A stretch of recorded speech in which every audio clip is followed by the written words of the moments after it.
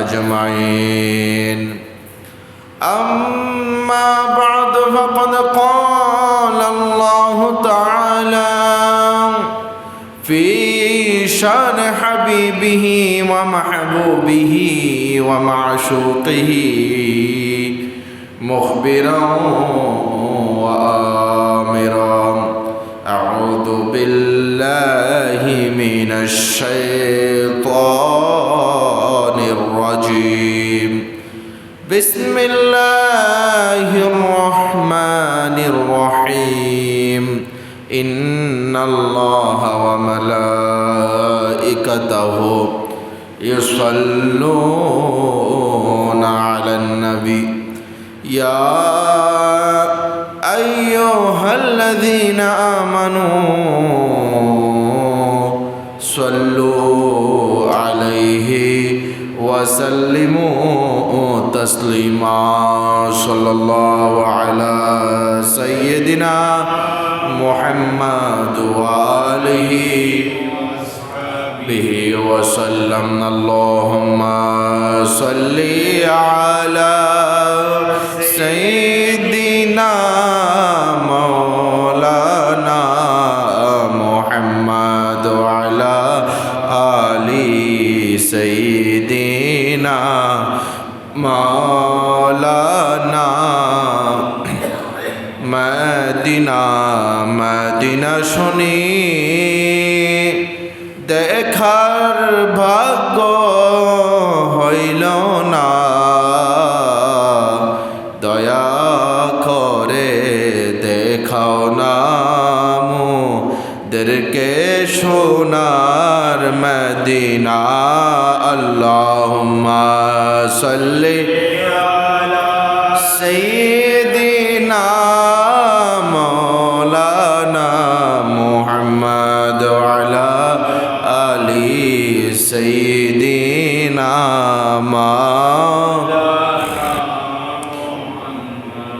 तेरे नस्ल पाक में है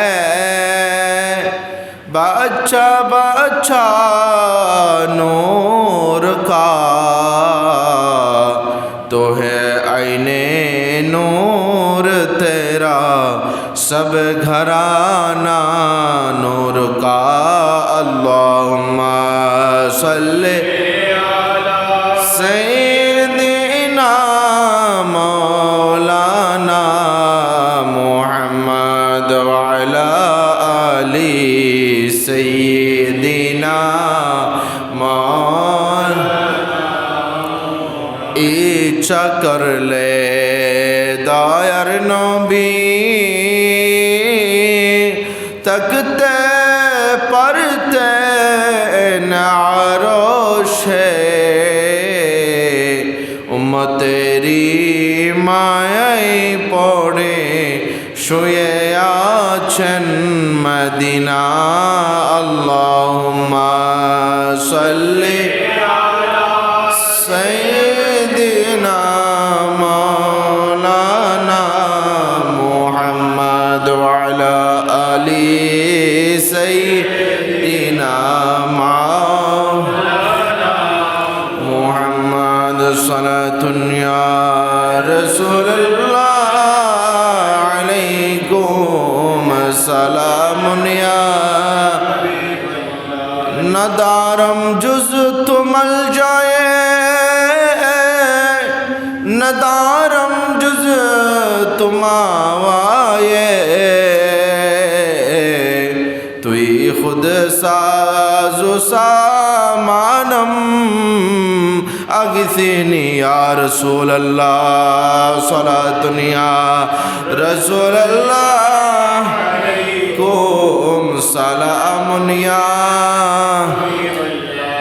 बकार खैश हैरानम अगसनी या रसूल अल्लाह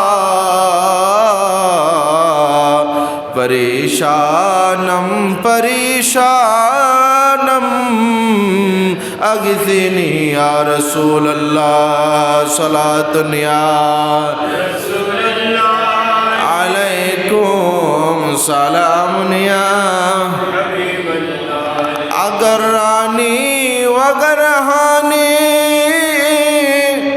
गुलाम मन सुल्तानी दिगर चीज़ नमी दानम अगिसनी या रसूल अल्लाह सलातुन या रसूल अल्लाह अलैकुम सलामुन या खुदा रो प्रेमेर शराब पिए बेहोश होए रोई पड़े हाय छेड़े मस्जिद आमारो मुर्शिद एलो जे ओई पथ दरे हाय खुदारो प्रेमेर शराब पिए बेहोश होए रोई पड़े हाय दुनियादारीर शेषे आमार नमाज रोजार बदलते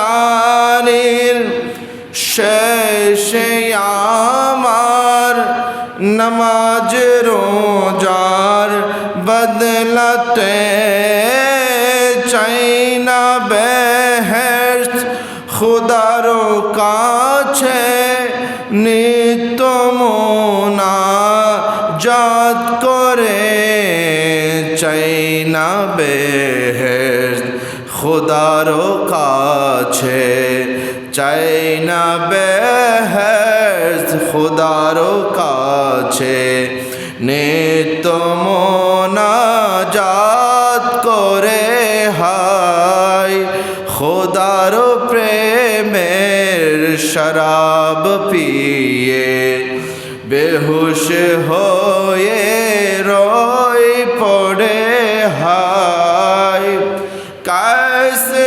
जेमन लैली लागी लोभिलो मजनू खता जेमन फरहाद शिरिर प्रेमे होलो देवा ना बता बेखुदीते मशगुलामी बेखुदीते मशगुलामी तेमनी मोर खुदार तोरे हाय खुदार प्रेमे शराब पिए बेहोश होए रोई पड़े हाय छेड़े मस्जिद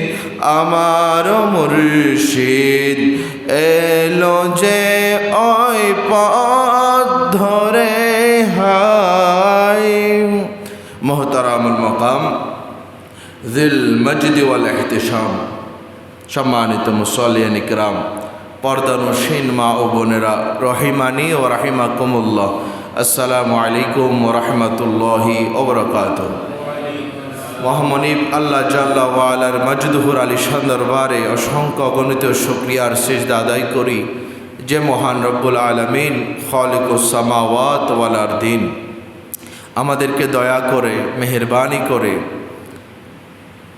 হাঁটার জন্য শক্তি দিয়ে আসার জন্য তৌফিক দিয়ে ঐতিহ্যবাহী হযরত ওয়াইসুল করণী রহমতুল্লাহ আলাই জামে মসজিদে এই মহিমান্বিত সময়ে মহিমান্বিত ক্ষণে বরকতময় সময়ে জিলকত শরীফের প্রথম জুমার নামাজ আদায়ের জন্য মসজিদ পানে আসার তৌফিক দান করছেন সেই মনিবের দরবারে আমরা সকলে মোহাব্বতের আওয়াজে বলে আলহামদুলিল্লাহ। কোটি কোটি দরুদ সালামের হাদিয়া নজরানা পেশ করছি আকা মৌলা রহমতুল্লিল আলামিন রাহাতুল আশিকিন, মুরাদুল মুশতাকিন, শামসুল আরিফিন, সিরাজুস সালিকিন, মিসবাহুল মুকাররবিন, মুহিব্বুল ফুকারা ওয়াল গুরবা ওয়াল মাসাকিন, সাইয়্যাহ লা মওকা, বাঈস কওন মওকা, সাহিব আলম নশরা, রাজেদার মা আওহা, শাহিদ মা তগা, রসুল আকরম নূর মুজস্সম, সুলতান বকরিনা, साहिब मुअत्तर पसीना फैज़ गंजीना, शहनशाह नबुव्वत, आफ़ताब रिसालत, ताजदार ख़त्म नबुव्वत, जलवाए सुबह अज़ल, नूर ज़ात लम यज़ल, मासूम आमिना, अहमद मुजतबा, मुहम्मद मुस्तफ़ा सल्लल्लाहु अलैहि वसल्लम नूर चरणे। सम्मानित उपस्थिति, আজকে আমরা আলোচনা করব পবিত্র হজ, ইসলামের পঞ্চ স্তম্ভের অন্যতম একটি রুকন স্তম্ভ হলো হজ। এই হজের সাথে হজের যে রুকন, ওয়াজিবাত, ফরজ, জিয়াত, যে সমস্ত বিষয়গুলো রয়েছে, এই বিষয়গুলোর সাথে যে সমস্ত নবীগণদের জীবন সংশ্লিষ্টতা রয়েছে, তন্মধ্যে অন্যতম জাত, অন্যতম নবী, জলিলুল কদর আম্বিয়া হজরতে ইব্রাহিম আলাইহিস সালাম অন্যতম। আজকে আমরা হজরতে ইব্রাহিম আলাইহিস সালামের জীবনী আলোচনা করব পবিত্র কুরআন ও হাদিসের আলোকে, এবং এভাবে ধারাবাহিকতায় আমরা ইব্রাহিম আলাইহিস সালামের জীবনী, এরপর ইসমাইল আলাইহিস সালামের জীবনীর মধ্য দিয়ে হজের বিধানাবলীর মধ্যে আমরা ইনশাআল্লাহ আমরা প্রবেশ করব। শুরুতে আমরা হযরত ইব্রাহিম আলাইহিস সালামের জীবনে আলোচনা করব। আল্লাহ পাক আমাদেরকে নবী জলিলুল কদর পয়গম্বর হযরত ইব্রাহিম আলাইহিস সালামের জীবনী থেকে যেন আমরা শিক্ষা লাভ করতে পারি, যেন আমাদের জীবনে বাস্তবায়ন করতে পারি। আল্লাহ পাক আমাদের সকলকে কবুল করুক এবং তৌফিক দান করুন, সবাই বলে আমিন। হযরতে ইব্রাহিম আলাইহিস সালাম যে সময় জন্ম লাভ করেন, পৃথিবীর জমিনের মধ্যে সারা পৃথিবী শাসন করেছে চারজন বাদশাহ। কয়জন? চারজন বাদশার মধ্যে দুইজন মুসলমান আর দুইজন ছিল জালেম শাসক। দুইজন মুসলমান যারা বিশ্ব শাসন করেছেন, তার মধ্যে অন্যতম হচ্ছে হযরতে সুলাইমান আলাইহিস সালাতু সালাম। তিনি পুরো পৃথিবী শাসন করেছেন এবং আল্লাহ পাক ওনাকে এমন পাওয়ার দিয়েছেন, জিন্নাত, মানুষ, এমনকি বাতাসের উপর ক্ষমতা প্রয়োগ করার ক্ষমতা, প্রভাব দেখানোর সেই ক্ষমতা আল্লাহ পাক হযরত সুলাইমান আলাইহিস সালামকে দিয়েছেন, যার দরুন তিনি পুরা পৃথিবীকে শাসন করেছেন। আরেকজন হচ্ছে হযরত ইস্কান্দার জুলকারনাইন বাদশাহ, যিনি যখন ইয়াজুজ মাজুজ কিয়ামতের আগে যারা আসবে, এক ধরনের প্রাণী, মানব সুরত কিন্তু চেহারা বিকৃত, তারা যখন মানুষের নূহ আলাইহিস সালামের আওলাদদের অন্তর্ভুক্ত ইয়াজুজ মাজুজ কিয়ামতের আগে আবার আসবে। তো নূহ আলাইহিস সালামের সন্তানদের মধ্যে এই ইয়াজুজ মাজুজ সম্প্রদায়, এরা মানুষের ঘরে বসতিতে গিয়ে তাদের খাওয়ার যা কিছু থাকতো সব ভক্ষণ করে ফেলত, মানুষ মেরে ফেলত।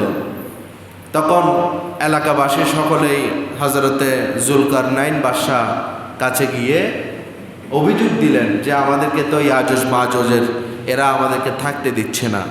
তখন তিনি একটা প্রাচীর, সীসাডালা প্রাচীর তুলে দিয়েছিল, তারা যেন আর মানুষকে আক্রমণ করতে না পারে, তাদের এরিয়াটাকে পুরো একটা প্রাচীর দিয়ে বন্ধ করে দিয়েছিলেন হযরতে জুলকারনাইন বাদশাহ। এখনো পর্যন্ত তারা চেষ্টায় আছে ওই দেয়ালটা ভাঙার জন্য, এখনো পারছে না। কিয়ামতের আগে ওটা ভেঙে আমাদের মাঝে আসবে এবং আক্রমণ করবে বিভিন্ন এটা কিয়ামতের আলোচনা ইনশাআল্লাহ আলোচনা হবে। দুইজন বাদশাহ, একজন হচ্ছে সুলাইমান আলাইহিস সালাম, আরেকজন হচ্ছে জুলকারনাইন স্কান্দার বাদশাহ। আর দুইজন হচ্ছে জালেম যারা পৃথিবী শাসন করেছে। একজন হচ্ছে বুখতে নসর, হাজার হাজার আলেম উলামাকে যে শহীদ করেছে, বুখতে নসর জালেম শাসক। আরেকজন হলো নমরুদ। কে? নমরুদ। আপনারা নাম শুনেছেন। এই নমরুদ ইব্রাহিম আলাইহিস সালাম যেই যখন জন্ম লাভ করেন, ওই নমরুদের বাদশাহিয়ত চলছিল। তার হায়াত ছিল প্রায় 1000 বছর। 300 বছর লাগাতার তার কোনো অসুখ বিসুখ ছিল না। সে মনে করলো যেহেতু আমার 300-350 বছর কোনো রোগ হলো না, হয়তো আমি খোদা, নিজেকে খোদা দাবি করে বসলো। ওই নমরুদ 300 বছর এভাবে যখন সে বিমার হচ্ছে না, অসুস্থতা হচ্ছে না, সে তখন নিজেকে খোদা দাবি করছে এবং তার যেটা সিংহাসন, যখনই যে কোনো মানুষ তার কক্ষে প্রবেশ করলে সিজদা দিতে হতো। কি দিতে হতো? সিজদা দিতে হতো। এভাবে চলতেছিল। এখন হযরত ইব্রাহিম আলাইহিস সালামের আম্মা জান যখন ইব্রাহিম আলাইহিস সালাম জন্মের সময় নিকটবর্তী হলো, ওই সময় চারিদিকে ছড়িয়ে ছিটিয়ে পড়েছিল, রেওয়াজ হয়ে গিয়েছিল যে এমন একজন বান্দা আসবে যেটা নমরুদের সিংহাসনকে উল্টিয়ে দিবে। এইটাই কথাটা রেওয়াজ হয়ে গিয়েছিল, এলাকায় প্রসিদ্ধ। ওই সময় তখন নমরুদ অর্ডার দিল যে যেন কোনো কেউ ছেলে সন্তান যেন জন্ম না দেয়, দিলে কি আছে খবর মেরে ফেলবে। তখন সেই ভয়ে ইব্রাহিম আলাইহিস সালামের মা একটা কুঠিরে গিয়ে, মানে যখন সন্তান প্রসব হওয়ার ইব্রাহিম ইসলাম দুনিয়াতে আসার সময় নিকটবর্তী হলো, তিনি একটা কুঠিরে, খুবই একদম একটা জায়গা যেখানে কেউ যায় না, ওখানে গিয়ে হযরত ইব্রাহিম আলাইহিস সালামের জন্ম লাভ করলেন। আলহামদুলিল্লাহ। এখন সময়ে সময়ে গিয়ে হযরত ইব্রাহিম আলাইহিস সালামকে তিনি দুগ্ধপান করিয়ে আসতেন। আল্লাহ তাআলার কুদরত, ইব্রাহিম আলাইহিস সালামের মুজিজা, অন্যান্য সন্তানরা 1 বছরে যত বাড়ত, যত বেড়ে উঠত, হযরত ইব্রাহিম আলাইহিস সালাম 1 মাসে তত বড় হয়ে যেত। আল্লাহ তাআলার কুদরত। যেহেতু ইব্রাহিম আলাইহিস সালামের নবুয়তের হাতেই নমরুদের মৃত্যু হবে। এখন এভাবে বেড়ে উঠতে উঠতে ইব্রাহিম আলাইহিস সালাম বড় হলেন। বড় হওয়ার পরে তখন তাকে যখন নিয়ে মা মন্দিরে যেতেন, মূর্তির সামনে কাবা শরীফে বলতেন সিজদা করো, তখন তিনি বলছেন না, আমি তো এটাকে সিজদা করব না। বলে কেন? বলে তার সে নিজেকে নিজে বাঁচানোর ক্ষমতা নাই, আমি কিভাবে তাকে সিজদা করব? আচ্ছা বলেন আম্মা জান, এই মূর্তিগুলোকে কে তৈরি করছে? বলে কারিগর। বলে কারিগরকে কে তৈরি করছে? আর উত্তর দিতে পারে না যে এক আল্লাহ তৈরি, কারিগরকে তৈরি করেছেন আল্লাহ, সেটার উত্তর সে দিতে পারে না। তখন মা মনে মনে বুঝে ফেলল যে হয়তোবা যে সন্তান এসে যে মূর্তিগুলোকে ধ্বংস করবে, হয়তোবা আমার সন্তান এটাই। এভাবে চলতে লাগলো। মা বলছেন বেশি কথা বলিস না, এরকম প্রশ্ন করবি না, যেটা আমরা করি সেটা করবি। গেলেন চাচার কাছে। ইব্রাহিম আলাইহিস সালামের চাচা ছিলেন আজার। অনেকে ভুল ব্যাখ্যা করে বলে যে ইব্রাহিম আলাইহিস সালামের পিতা আজার, যিনি কাফের ছিল, নয়। ইব্রাহিম আলাইহিস সালামের চাচা ছিল আজার, যিনি মূর্তি বানাতো, মূর্তির কারিগর ছিলেন। ইব্রাহিম আলাইহিস সালাম গেলেন, গিয়ে বললেন ইজ ক্বালা লি আবিহি, কোরআন পাকে আয়াত এসেছে। ইব্রাহিম ইসলাম গিয়ে বললেন তার চাচাকে, ইয়া আবাতি লিমা তা'বুদু, তুমি কেন এটার ইবাদত করছো? মা লা ইয়াসমাউ ওয়া লা ইউবসিরু, যেটা শুনে না দেখো না, এমন একটা মূর্তির তুমি ইবাদত করছো। ওয়া লা ইউগনি আনকা শাইআ, আর আপনাকে সে কোনো উপকারই পৌঁছাতে পারবে না, সেই মূর্তির ইবাদত করছেন। তখন চাচা লাজবাব, চাচার মুখে আর উত্তর নাই, চাচার মুখে উত্তর নাই, লাজবাব, কিছু করার নাই। এরপর ইব্রাহিম ইসলাম চেষ্টা করলেন, দেখলেন খোদা তালাশে। ইব্রাহিম ইসলাম দেখতে লাগলেন মনে মনে, এখন ছোট অবস্থায় মানে পৃথিবীর বিশ্বব্রহ্মাণ্ড নিয়ে চিন্তা করা শুরু করলেন। তিনি চিন্তা করলেন এদেরকে পরাস্ত কিভাবে করবে। তা তারা দেখতে যে সকালে উঠেই সূর্যের পূজা করে, রাত্রিবেলায় চন্দ্রের পূজা করে, এখন তাদেরকে দমাবে কিভাবে। তখন ইব্রাহিম আলাইহিস সালাম ফালাম্মা জান্না আলাইহিল লাইল রাআ কাওকাবা, যখন রাত ছেয়ে বসলো তিনি দেখতে লাগলেন তারকারাজি উঠেছে।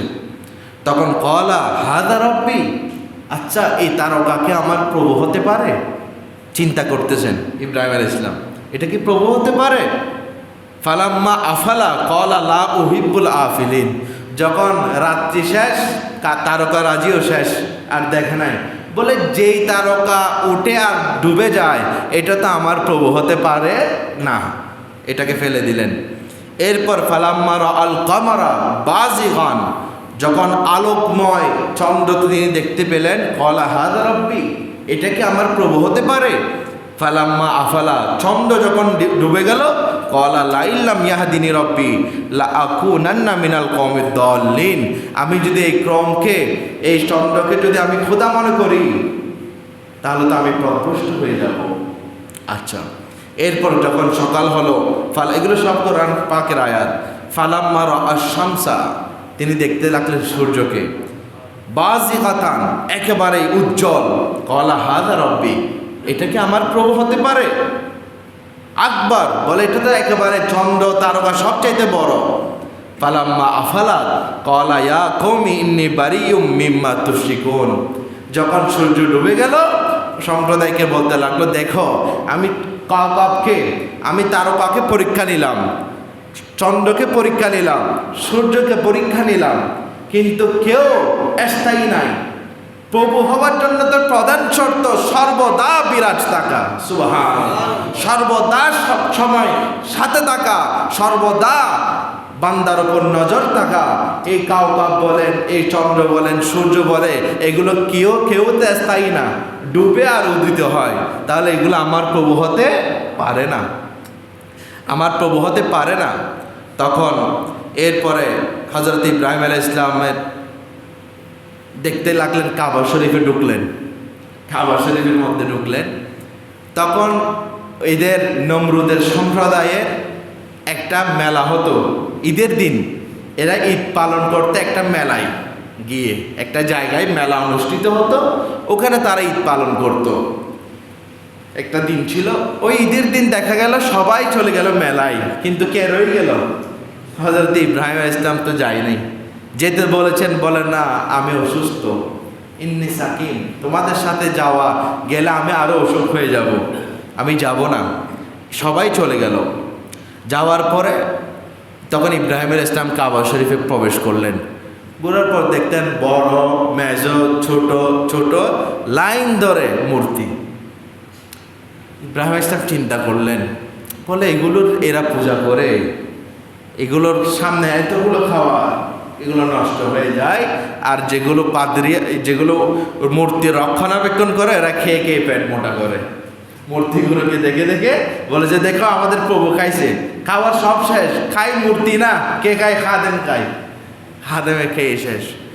এখন ইব্রাহিম আলাইহিস সালাম একটা কোটার নিলেন, কোটার নিয়ে একটা একটা একটা করে সবার গর্দান মাথা ফেলে দিলেন, সব মাথা ফেলে কোটারটা রাখলেন বড়টার একেবারে ঘাড়ের উপর, দিকে চলে গেলেন। এখন এরা যখন মেলা থেকে চলে আসলো, সবাই কাবা শরীফে ঢুকলো মূর্তির পূজা করার জন্য। এরা ঢুকে, ঘিরে আমাদের প্রভুর এই অবস্থা কেন? এই অবস্থা করলো কে? তারা সবাই ইতিপূর্বে যেহেতু ইব্রাহিম আলাইহিস সালাম বিভিন্ন ধরনের প্রশ্ন তাদের প্রভুর ব্যাপারে করেছে, সবাই সন্দিহান। সবাই বলল, এই ইব্রাহিমকে ডাকো, হয়তো সে আমাদের মূর্তি ভেঙেছে। সবাই ডাকলো ইব্রাহিম আলাইহিস সালামকে, বলে আপনি এগুলো কে করেছে? বলে সেটার উত্তর আমি কেন দিব? ফাস আল কবির আহম, বড় যে মূর্তি আছে তার থেকে জিজ্ঞেস করো কে ভাঙছে। এখানে বড় মূর্তি আছে না, তার থেকে জিজ্ঞেস করো কে ভেঙেছে এদেরকে। তখন তারা লাজবাব হয়ে গেছে, লাজবাব, উত্তর নাই, এদের উত্তর নাই। পরিশেষে তারা সবাই গিয়ে নমরুদকে বিচার দিল। নমরুদের কাছে যে হুজুর, আমাদের এই ইব্রাহিম নামক এক যুবক আমাদের মূর্তিগুলো ভেঙে ফেলেছে, বলে তাকে ডেকে আনো। ইব্রাহিম আলাইহিস সালাম গেলেন। তো নমরুদের দরবারের নিয়ম কি ছিল? ঢুকেই প্রথমে কি দিতে হতো? সিজদা দিতে হতো। এখানে ইব্রাহিম আলাইহিস সালাম এসে তো সিজদা দিলেন না, ইব্রাহিম আলাইহিস সালাম দাঁড়ানো। তখন নমরুদের মাথা তেলে বেগুনে জ্বলে উঠল, গরম হয়ে গেল। সবাই আমাকে সিজদা করে, হ্যাঁ ইব্রাহিম, সবাই আমাকে এখানে এসে সিজদা করে, তুমি সিজদা করলা না কেন? বলে আমি আমার প্রভু ছাড়া কাউকে সিজদা করি না। সুবহানাল্লাহ, আমার প্রভু ছাড়া আমি কাউকে সিজদা করি না। বলে তোমার প্রভু কে? আবার এখানে তো আমি প্রভু সবার, আমাকে সবাই সিজদা করে। 1000 বছর আমার হায়াত, 300 বছর আমার অসুখ হয় নাই, আমি প্রভু, আমাকে ছাড়া আর কে প্রভু? বলে আমার প্রভু কেমন? আমার প্রভু হচ্ছে রব্বি আল্লাযী ইউহয়ি ওয়া ইউমীত, আমার প্রভু জীবন দান করেন, মৃত্যু দান করেন। সুবহান। বলে তাই নাকি? আচ্ছা। তখন খাদেমকে বললো, আমরা যাও জেলখানা থেকে 2জন মানুষ আনো। নিয়ে আসলো। আসার পর একজনকে বলল, একজনকে একটা তরবারি নিয়ে সাথে সাথে তার গর্দান উড়িয়ে দিল। বলে দেখো, তাকে মৃত্যু দিছি আমি, তোমার প্রভু মৃত্যু দেয়, দেখো আমি একে মৃত্যু দিলাম। আরেকজন বলো ওর মৃত্যু কনফার্ম ছিল, যাও তোমাকে আমি আজাদ করে দিলাম, দেখো তাকে হায়াত দিলাম।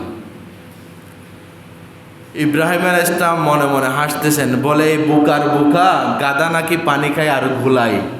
বলে এটা তো বোকা, গোয়ার গোবিন্দ, এটা তো সে কিছুই জানে না। এটা আমাকে টুমকে একটা যুক্তি দিল, একজনকে মেরে ফেললো, জীবন মৃত্যু দিল, আরেকজনকে জীবন দান করলো। আচ্ছা ঠিক আছে। তখন ইব্রাহিম আলাইহিস সালাম বললেন, ঠিক আছে, তোমার যেহেতু এত পাওয়ার, আমার প্রভুর আরেকটা গুণ আছে। সেটা কি? ক্বালা ইব্রাহিমু ফাইন্নাল্লাহা ইয়াতি বিশ-শামসি মিনাল মাশরিক, আমার প্রভু সূর্যকে পূর্ব থেকে তুলে ফাতি বিহা মিনাল মাগরিব, দেখি তুমি কত বড় প্রভু, তুমি আজকে বা আগামীকাল সূর্যকে দেখি পশ্চিম দিকে তুলে দেখো তো। হ্যাঁ, আমার প্রভু সূর্য প্রতিদিন কোন দিকে তোলে? পূর্ব দিকে তোলে। তোমার সে পাওয়ার তুমি যদি খোদার প্রকৃত দাবিদার হয়ে থাকো, তাহলে তুমি তুলে দেখাও পশ্চিম থেকে।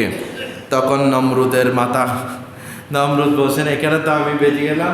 ফাবুহিতাল্লাযী কাফার, এই কাফেরের যত আপত্তি সব ধ্বংস হয়ে গেল। সুবহানাল্লাহ।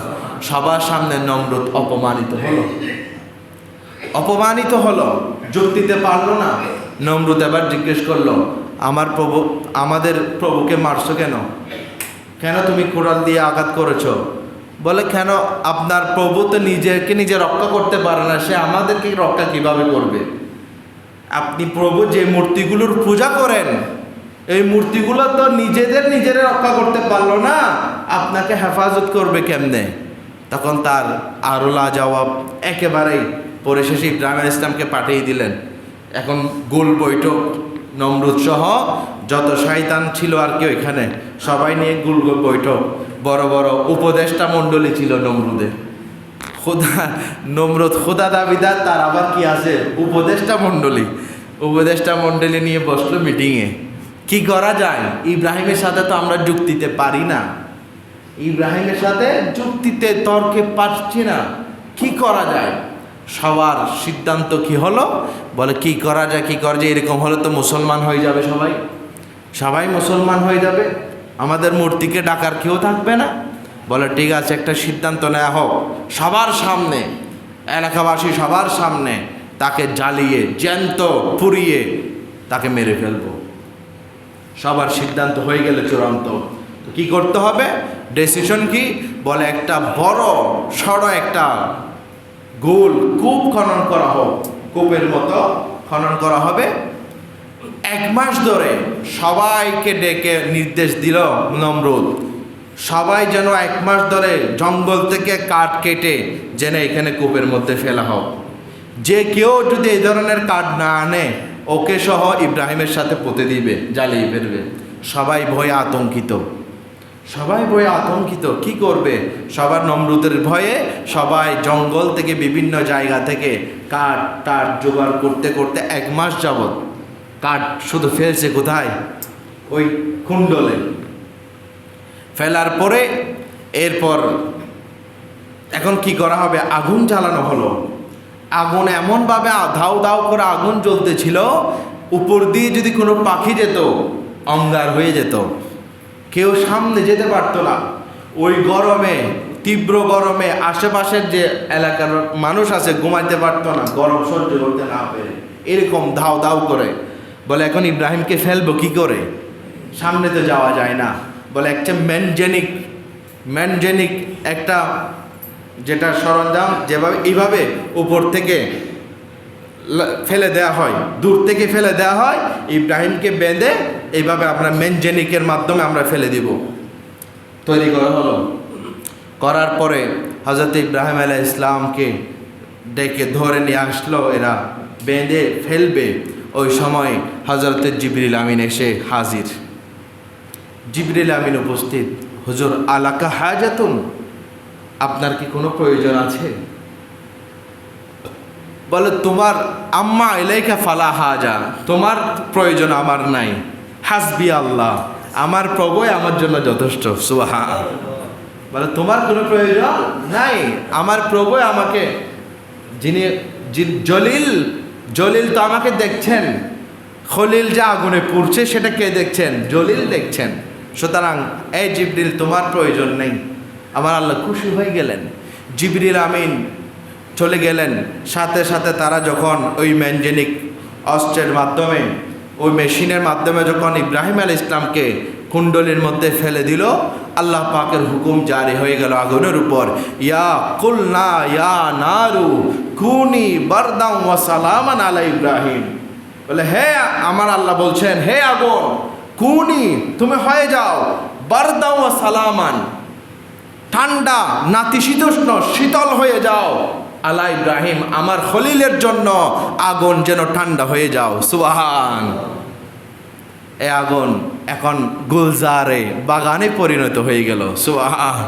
আর এদিকে নমরুদ অনেক লম্বা বিল্ডিংয়ের উপর দাঁড়িয়ে দেখতেছিল ইব্রাহিমের কি হাল হচ্ছে, সেটা দেখার জন্য দাঁড়িয়ে আছে কি হয়। আর এদিকে আল্লাহ পাকের অর্ডার, ইব্রাহিম আলাইহিস ইসলামের মেরাজ হয়ে গেল ওই আগুনের মধ্যে। সুবহান। ওইখানে ইব্রাহিম ইসলামের মেরাজ হয়ে গেল এবং আল্লাহ তাআলা আগুনকে, এই আল্লাহর অর্ডারে ওই আগুন এটা জান্নাতে পরিণত হয়ে গেছে। সুবহান। দেখতেছেন জান্নাতের ফেরেশতারা এদিক সেদিক ঘোরাঘুরি করছে। বলে হে ইব্রাহিম, আপনার এত শান, আপনি এই আগুনকে কিভাবে, আপনি এইখানে কেন? বলে এটা আমার আল্লাহর দয়া। জালিকা ফদলুল্লাহ ইউতিহি মান ইয়াশা, এটা আল্লাহর ফদল, যাকে চান তাকে দান করে। সুবহান। এই অবস্থা দেখে নমরুদ ভিতরে ভিতরে ঈমান আনি ফেলছে। বলছে আসলে খোদা একজন আছে, কিন্তু এখন যদি সেটা প্রকাশ করি তাহলে আমাকে সবাই কেউ মান্য করবে না। সে কাফের রয়ে গেল, শুধু লোক লজ্জার ভয়ে, মানুষের ভয়ে সে ঈমান থেকে বিচ্ছিন্ন রয়ে গেল। যেভাবে আবু জাহেল আমার রসুলকে চিনত, ভালোভাবেই চিনত, তিনি নবী ছিলেন, কিন্তু ঈমান আনতে পারে নাই। ঠিক তেমনিভাবে নমরুদও এই অবস্থা দেখে, যে বাগানে পরিণত হয়েছে কুণ্ডলী আগুনের, সে ঈমান আনতে পারল না। কিন্তু তার মেয়ে রাগফা, হযরত নমরুদের মেয়ে ছিল রাগফা নাম। এই রাগফা সেই দেখে বলল না, আসলে তিনি সত্য নবী। সে ঈমান গ্রহণ করলো। ওখান থেকে দূর থেকে দাঁড়িয়ে ইব্রাহিম আলাইহিস সালামকে বললেন, আপনি আমাকে ইজাজত দেন, আমি কালিমা পড়ব, আশহাদু আল্লা ইলাহা ইল্লাল্লাহ ওয়া ইব্রাহিমু খলিলুল্লাহ। সুবহানাল্লাহ। ঈমান নিয়ে আসলেন। আসার পরে ইব্রাহিম আলাইহিস সালামের ইজাজত নিয়ে তিনিও কুণ্ডলীর মধ্যে চাপ দিলেন। কে? হযরতে রাকফা ইব্রাহিম আলাইহিস সালাম এর কাছে গিয়ে তিনি কালমা পড়লেন, কথা বললেন। এদিকে সেই ঈমান এনে ধন্য হয়ে গেল, কিন্তু নমরুদ ঈমান আনতে পারল না। নমরুদ সেই অবস্থা দেখে তার মেয়েকে ডাকলো, বলে তুমি আমাদের বাপ দাদার ধর্ম ছেড়ে তুমি কেন ইব্রাহিমের ধর্ম গ্রহণ করেছ? তুমি যদি না করো তোমার উপর অত্যাচার করা হবে। সে বলছেন, না, আমি প্রকৃত খোদার সন্ধান আমি পেয়ে গিয়েছি, আমার আর এই ধরনের তোমার ভয় আমার কোনো কাজে আসবে না। যখন কথা মানছিল না, কথা শুনছিল না, তার মেয়েকেও সেই শাস্তি দেওয়া শুরু করলো, বিভিন্ন রকমের অত্যাচার জুলুম করা শুরু করেছে। পরবর্তীতে ইব্রাহিম আলাইহিস সালাম নমরুদ থেকে নিয়ে ওই মেয়েকে নিয়ে চলে গেলেন মাদায়েন শহরে গিয়ে মাদায়েন, হযরত ইব্রাহিম আলাইহিস সালামের একটা বেটা ছিল মাদায়েনের সাথে তার বিয়ে দিয়ে দিল। সুবহানাল্লাহ। নমরুদের বেটি রাকফার সাথে, যিনি ঈমান এনেছেন, তার সাথে ইব্রাহিম আলাইহিস সালামের বেটার শাদী করিয়ে দিলেন। শাদীর পরে তাদের নসলের মধ্যে 20 জন সন্তান হয়েছে, ছেলে, সবাই নবী। সুবহানাল্লাহ। 20 জন সন্তান, সবাইকে আল্লাহ নবুয়াত দিয়ে ধন্য করেছেন। সুবহানাল্লাহ। তাহলে আজকের আলোচনা থেকে আমরা সামনে এরপরে ইব্রাহিম আলাইহিস সালামের ওয়াকিয়ার পরে ইসমাঈল ইসলামের দিকে যাব। আমরা আজকের এই আলোচনা থেকে আমরা বুঝতে পারলাম নবীগণের সাথে মহব্বত রাখলে ঈমান নসিব হয়। সুবহানাল্লাহ। এবং নবীগণের সাথে দুশমনি রাখলে আযাব হয়। নমরুদ আর পার পায় নাই শানে রিসালত, আল্লাহর পেয়ারা নবীর সাথে ইব্রাহিম আলাইহিস সালামের সাথে বিয়াদবির কারণে আল্লাহ তাকে এমন একটা শাস্তি দিলেন, আল্লাহ তাকে মারার জন্য বড় একটা অস্ত্রের দরকার হয় নাই, শুধু একটা ল্যাংড়া মশা পাঠিয়েছে। কি মশা? ল্যাংড়া মশা তাকে পাঠিয়েছে শুধু মারার জন্য। এই ল্যাংড়া মশাটা তার মুখ দিয়ে ঢুকে মাথার মগজ খাওয়া শুরু করলো। নমরুদ তো শেষ, মাথা ব্যথা শুরু, তার কষ্ট শুরু, আযাব শুরু হয়ে গেল। কি করা যায়? সমস্ত শহরের ডাক্তারদেরকে ডেকে নিয়ে আসলো। কি একটা শেফা, কি কোনো ডাক্তার কোনো সমাধান দিতে পারছিল না। নমরুদকে বাঁচাবে কে? পরিশেষে এক ডাক্তার বলে আমি একটা আপনাকে পরামর্শ দিতে পারি, যদি আপনি কিছু মনে না করেন। বলে কি? বলে একটা পুরানো চামড়ার জুতা লাগবে। কি? পুরানো চামড়ার জুতা। এই জুতা নিয়ে যদি তাকে মারা হয়, আপনার মাথায় মারলে দেখবেন মশা আপনাকে কামড় দিচ্ছেন, কামড়াবে না। এটা পরীক্ষা করে দেখতে পারেন। বলে ঠিক আছে, আপনি যেহেতু বলছেন সেটাও মানতে আমি রাজি, ব্যথা কমতে হবে। তো একজন খাদেম নিয়োগ দিল, শুধু পুরানা চামড়ার জুতা দিয়ে তার মাথার মধ্যে মারবে। যখনই মারে মশা থেমে যায়, সে মনে করে ভালো হয়ে যাচ্ছে, মশাটা মরে যাচ্ছে। যতবার মারে ততবার মশা স্টপ। এভাবে মারতে যে খাদেম মারতে তাকে এমন অবস্থায় শেষ পর্যন্ত সে বলতেছে, মারতে থাকো, আমি আমার মগজ খেয়ে ফেলতেছে, মারতে থাকো। মারতে শেষ পর্যন্ত তার মাথার খুলি থেতলা হয়ে তার মগজ বেরিয়ে আসলো। নাউজুবিল্লাহ। তাহলে নবীর শানে বেয়াদবি, আল্লাহ এত বড় বোমা ফিটিং করে মারতে হবে না, একটা ল্যাংড়া মশাই কি যথেষ্ট।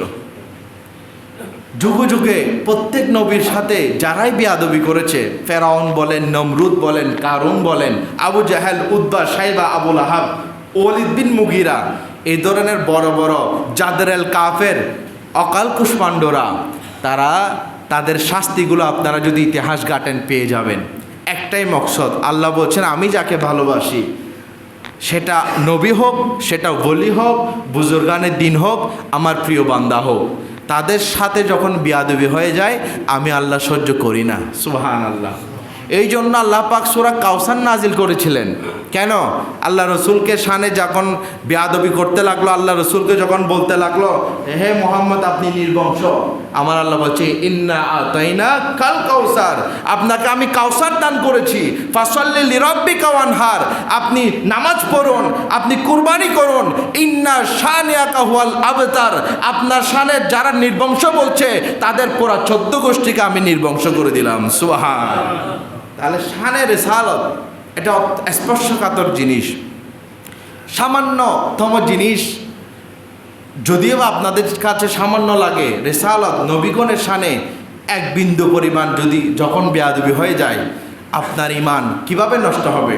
আল্লাহ বলে দিয়েছেন সূরা হুজুরাতের মধ্যে, বলে আনতাহবাতা আমালুকুম ওয়া আনতুম লা তাশউরুন। তোমার ইমান এমনভাবে বরবাদ হয়ে যাবে, তুমি অনুভূতির মধ্যে তোমার আসবে না, তোমার থেকে মনে হবে তুমি ভাইরাল, কিন্তু তোমার ইমান ভিতরে ভিতরে কি নাই। আজকে চিন্তা করুন, কোরআন শরীফের সূরা আহজাবের 57 নম্বর আয়াতের মধ্যে আল্লাহ বলছেন, ইন্নাল্লাযীনা ইউযুনাল্লাহা ওয়া রাসূলাহু লাআনাহুমুল্লাহু ফিদ দুনিয়া ওয়াল আখিরাহ। যারা আল্লাহ এবং আল্লাহর রাসূলকে কষ্ট দিবে তাদেরকে দুনিয়াতেও লানত, আখিরাতেও আল্লাহর পক্ষ থেকে লানত। নাউজুবিল্লাহ বলুন। আপনি বলেন, আপনার পিতাকে, আপনার মাকে ধরে কেউ যখন গালি দিবে, আপনার মেজাজ ঠিক থাকে? বলেন, গালি দিলে মেজাজ ঠিক থাকে না। আর যখন আপনার মা বাবাকে কাফের বলা হবে, অমুসলিম বলা হবে, তখন আপনার বিষয়টা আপনার কেমন লাগবে?